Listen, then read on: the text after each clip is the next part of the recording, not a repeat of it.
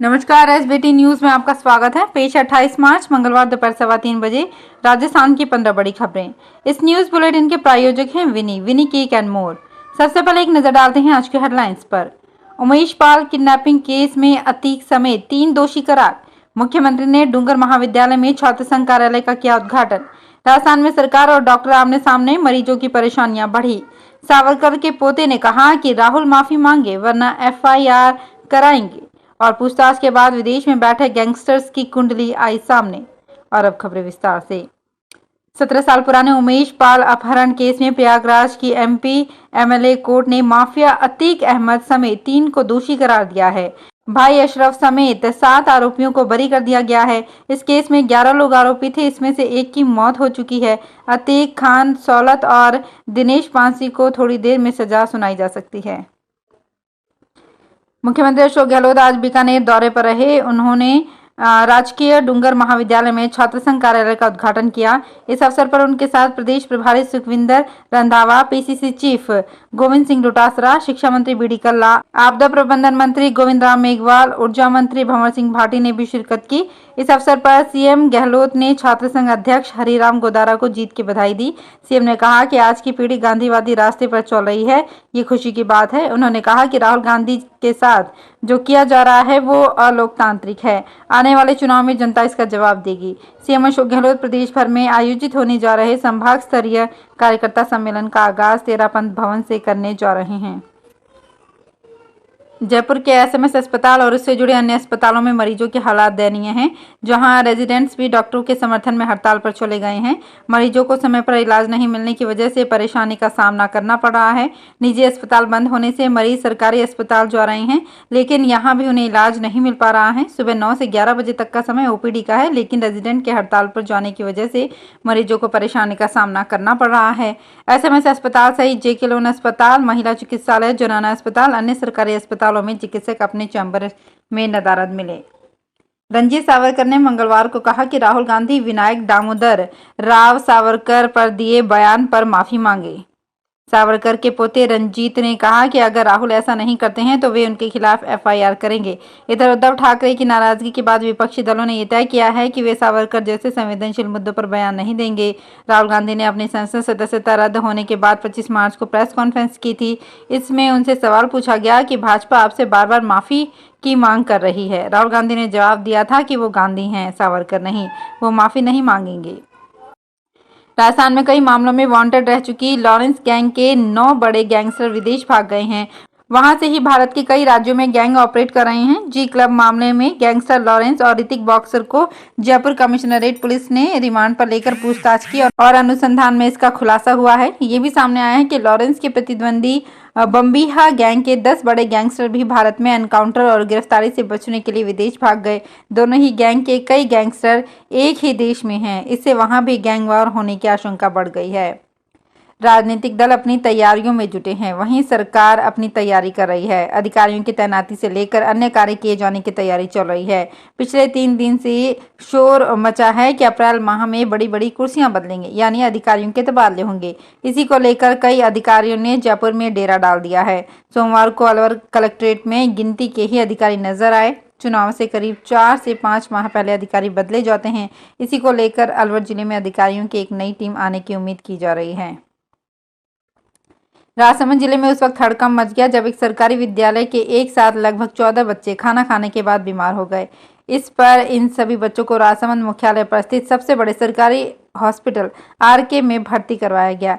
जैसे ही बच्चों की खबर जिले में फैली तो वहीं आसपास के लोगों के साथ बच्चों के परिजन हॉस्पिटल पहुंचे। बच्चों की तबीयत बिगड़ने की सूचना जैसे ही राजसमंद अतिरिक्त जिला कलेक्टर रामचरण शर्मा तक पहुंची, वो बच्चों के स्वास्थ्य के बारे में चिकित्सकों से जानकारी लेने पहुंचे। राजस्थान सरकार ने एक तरफा जहां साल में 2 बार DPC की बैठक करवाने के निर्देश सभी सरकारी विभागों को दे रखे हैं, वहीं दूसरी ओर शिक्षा विभाग में ये प्रक्रिया पूरी नहीं हो पा रही है। कई पदों की पदोन्नति प्रक्रिया पिछले 2 साल से लंबी चल रही है। उल्लेखनीय है कि DPC के संदर्भ में 2022-23 चयन वर्ष 31 मार्च को पूरा होगा और 1 अप्रैल से 2023-24 DPC चयन वर्ष शुरू हो जाएगा, लेकिन शिक्षा विभाग में अधिकांश पदों पर 2 साल से DPC बकाया है और तीसरा चयन वर्ष शुरू होने वाला है। अलवर में मत्स्य भर्तृहरि विश्वविद्यालय नए भवन में स्थानांतरण के लिए लंबे समय से इंतजार हो रहा था, लेकिन अब ये इंतजार खत्म होने जा रहा है। नए भवन का लोकार्पण 15 अप्रैल को मुख्यमंत्री अशोक गहलोत से करवाने की तैयारियां की जा रही है। विश्वविद्यालय का नया भवन वर्ष 2018 में ही बनना शुरू हो गया था। करीब 6 माह पहले भवन लगभग तैयार हो गया, लेकिन शिफ्टिंग नहीं हो पाई। कभी राजनीतिक पेंच लगे तो कभी कुछ और अड़ंगे। अब विश्वविद्यालय की ओर से पूरी तैयारियां कर ली गई है। बताया जा रहा है कि अगले माह भवन का लोकार्पण हो जाएगा और उसके बाद शिफ्टिंग शुरू हो जाएगी। नागौर में सरकारी चिकित्सकों ने सोमवार को 2 घंटे का कार्य बहिष्कार करने के बाद मंगलवार को भी जारी रखा। इससे मरीजों को बड़ी परेशानी का सामना करना पड़ा। निजी अस्पतालों में पिछले 10 दिन से राइट टू हेल्थ बिल के विरोध में चिकित्सा सेवाएं बंद हैं। इसके चलते मरीजों को भारी परेशानी का सामना करना पड़ रहा है। मरीजों और उनके परिजनों की हालत ऐसी है कि वे चाहकर भी निजी अस्पतालों में नहीं जा सकते, क्योंकि वहां डॉक्टर हड़ताल कर रहे हैं। ऐसे में उपचार केवल सरकारी अस्पताल में ही मिल रहा है। कृषि विज्ञान की छात्राओं के लिए बालिका प्रोत्साहन योजना में 1 अप्रैल से प्रोत्साहन राशि 2 से 3 गुना बढ़ा दी गई है। भीलवाड़ा जिले में इस योजना से 997 छात्राएं लाभान्वित होंगी। पहले 11वीं 12वीं में सालाना 5,000 रुपए राशि मिलती थी, जिससे 15,000 कर दिया गया है, जबकि कृषि स्नातक एवं स्नातकोत्तर में सालाना राशि अब 12,000 रुपए से बढ़ाकर 25,000 रुपए कर दी गई है। पीएचडी करने पर सालाना 40,000 रुपए मिलेंगे, जो पहले 15,000 रुपए थे। ये राशि अधिकतम 3 साल मिलेगी। योजना राजकीय या राज्य सरकार से मान्यता प्राप्त विद्यालय, महाविद्यालयों व विश्वविद्यालयों में पढ़ने वाली केवल प्रदेश की छात्राएं ही पात्र होंगी।